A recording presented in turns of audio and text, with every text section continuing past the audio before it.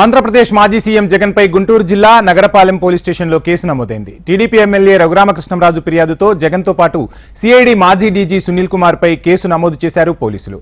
120B, 166, 167, 197, 307, 326, 465, 504, 34 సెక్షన్ల కింద కేసులు నమోదు చేశారు. గత సీఎం జగన్ ఒత్తిడితోనే తనను అక్రమంగా అరెస్టు చేసి సునీల్ కుమార్ వేధించారంటూ కంప్లైంట్లో పేర్కొన్నారు రఘురామకృష్ణంరాజు. కస్టడీ సమయంలో తనపై సునీల్ కుమార్ హత్యాయత్నం చేశారని ఆరోపించారు. దీంతో A1గా ఐపీఎస్ సునీల్ కుమార్, A2గా ఐపీఎస్ సీతారామాంజనేయులు, A3గా జగన్ పేరును చేర్చారు పోలీసులు.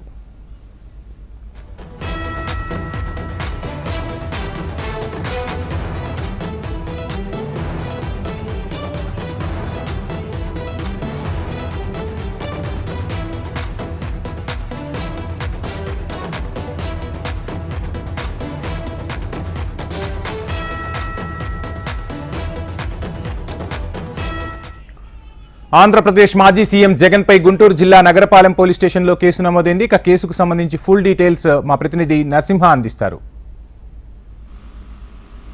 మాజీ ముఖ్యమంత్రి జగన్మోహన్ రెడ్డిపై గుంటూరులోని నగరంపాలెం పోలీస్ స్టేషన్ లో కేసు నమోదైంది. ఇందులో భాగంగా మనం చెప్పుకుంటే కూడా ఎవరైతే ఉన్నారో నర్సాపురం మాజీ ఎంపీగా ఉన్నటువంటి రఘురామరాజుని అప్పట్లో ఆ ప్రభుత్వంపై కానీ జగన్మోహన్ రెడ్డిపై కానీ వ్యక్తిగతంగా విమర్శలు చేశారంటూ కూడా కేసు నమోదు చేయడం, ఆ తర్వాత సిఐడి పోలీసులు తీసుకురావడం, ఆ తర్వాత ఎక్కడైతే ఉందో GGH లో అతను ఇన్వెస్టిగేషన్ అనే పేరుతో కానీ సిఐడి పోలీసులు విచారణ చేయడం, ఆ తర్వాత ఆయన GGH వైద్య పరీక్షలు చేయడం జరిగింది.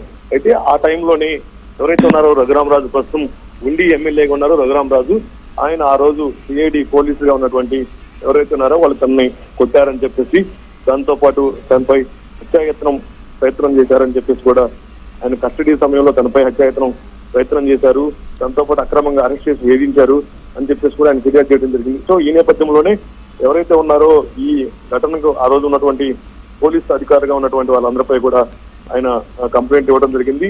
నిన్న మెయిల్ ద్వారా ఆయన నగరంపాలెం పోలీస్ స్టేషన్ కి ఫిర్యాదు అందజేశారు. తక్షణమే రెస్పాండ్ అయినటువంటి ఎవరైతే ఉన్నారో నగరంపాలెం పోలీసులు కేసు నమోదు చేశారు.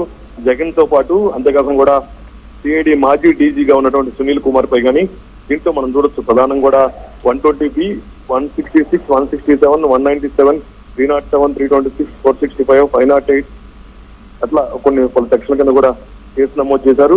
అంతేకాకుండా కూడా ఈ కేసులో ప్రధానంగా మనం చూస్తే కూడా A3గా జగన్మోహన్ రెడ్డి కేసులో ఉన్నారు, A2గా ఐపీఎస్ అధికారి సీతారామాంజనేయులు, A4గా విజయ్ పాల్, A5గా డాక్టర్ ప్రభావతి GGH సూపరింటెండెంట్ ఆ టైంలో ఉన్నటువంటి ఆమె, A1గా DIG సునీల్ కుమార్, వీరందరిపై కూడా ఈ పలు సెక్షన్ల కింద కూడా కేసు నమ్మిసి వీళ్ళందరినీ కూడా ముద్దాయిలుగా చేస్తూ కూడా FIR నమోదు చేశారు. సో ఇది మొత్తంగా మనం చూస్తే మాత్రం రఘురామరాజు కృష్ణరాజు ఎవరైతే ఉన్నారో ఉండి ఎమ్మెల్యే ఇచ్చినటువంటి ఫిర్యాదును తక్షణమే రెస్పాండ్ అయి పోలీసులు కేసు నమోదు చేశారు. వీరందరిపై కూడా పలు సెక్షన్ల కింద కేసు నమోదు చేశారు. Thank you Narasimha Rao.